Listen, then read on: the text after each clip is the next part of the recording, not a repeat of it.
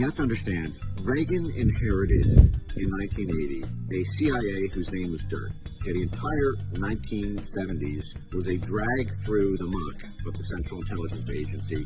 Starting in the late 60s, the Ramparts disclosure, CIA on college campuses using college kids as assets to subvert their political anti-war movement, getting busted assassinating presidents, Frank Church holding up the heart attack gun in Congress. That all happens 1975, 1976. Jimmy Carter comes to power, pledges to crush the dark arts arm of the Central Intelligence Agency. That is the operations wing. There's an operations wing and an intelligence wing. The operations is the one who overthrows, foreign countries and everything. So he does the Saturday Night Massacre. He lays off 30% of the CIA in a single night. The foreign policy establishment hates Jimmy Carter. Carter gets in trouble with the Iran hostage situation, 79. 80, Reagan rises to power, and he's got a compelling need, as he sees it, to restore a full-throated, red-blooded, clandestine operation capacity.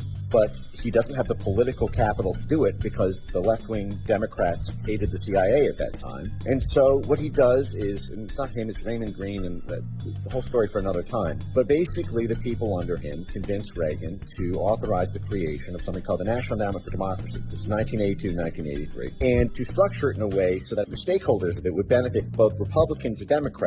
And it wouldn't be called the CIA. It would just be a CIA cutout that would do what the CIA used to do. And this would be waged to accomplish the Cold War goals of the Reagan administration. That is, liberating Europe from communism, getting Poland and all the different Soviet satellite states to throw off communism, have a U.S. favorable government installed, and win the Cold War by creating insurgency movements all over Central and Eastern Europe, in Germany, Poland, the whole litany you guys probably know. Now, there were two benefactors of this, both on the sort of cowboy and the Yankee side, if you will. They're the corporate stakeholders of this, which is like the Chamber of Commerce, which at the time was completely Republican. In fact, it was all the way up until Trump, for reasons that should be obvious by now around Trump's foreign policy. And a great example of this is the Gorbachev ad for the first Pizza Hut being installed in Russia. I mean, you capture these markets. Hundreds of millions of people now become U.S. corporate customers, in addition to a whole range of other benefits when you politically capture a country. Cheap labor, favorable tariff treatment, the supply lines, the works. So you had the energy sphere in the Chamber of Commerce on the Republican side, on the cowboy side, because that's what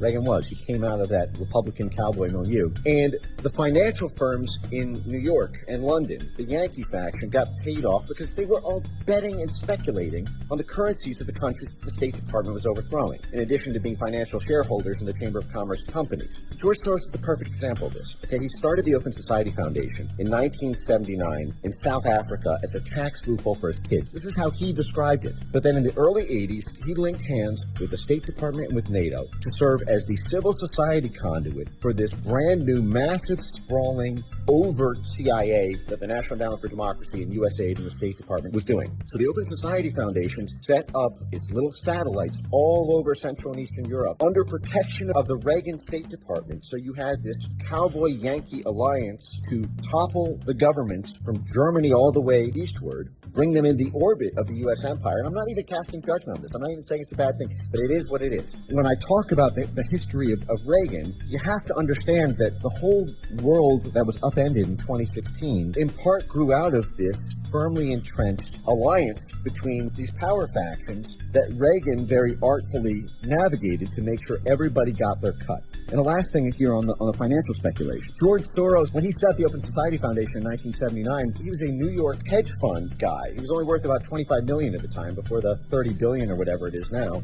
He was speculating on the currencies of countries in Central and Eastern Europe while he had partnerships with the State Department and advanced knowledge of operations to overturn those countries' governments. This is the ultimate version of insider trading and of this sort of uniparty alliance. That is, he knew what countries were going to be toppled and therefore what would happen to the currency, and could speculate through his hedge fund activities way in advance of that. And then beyond that, you also have the benefits of anti-communism from the stuff he was doing, because all of these communist countries held collectively trillions of dollars, especially with Russia, of publicly held assets. The moment you become a private economy, all of those assets go up in a fire sale to London and Wall Street stakeholders. That is, not only did they get to do the Forex speculation, not only did they get the Chamber of Commerce proceeds, but then they also got to dumpster dive at bargain basement prices for all the formerly federally held publicly held assets of the people who lived in those countries so that George Soros and the Harvard Endowment and all these civil society people could leverage those financial arms to gobble up the assets.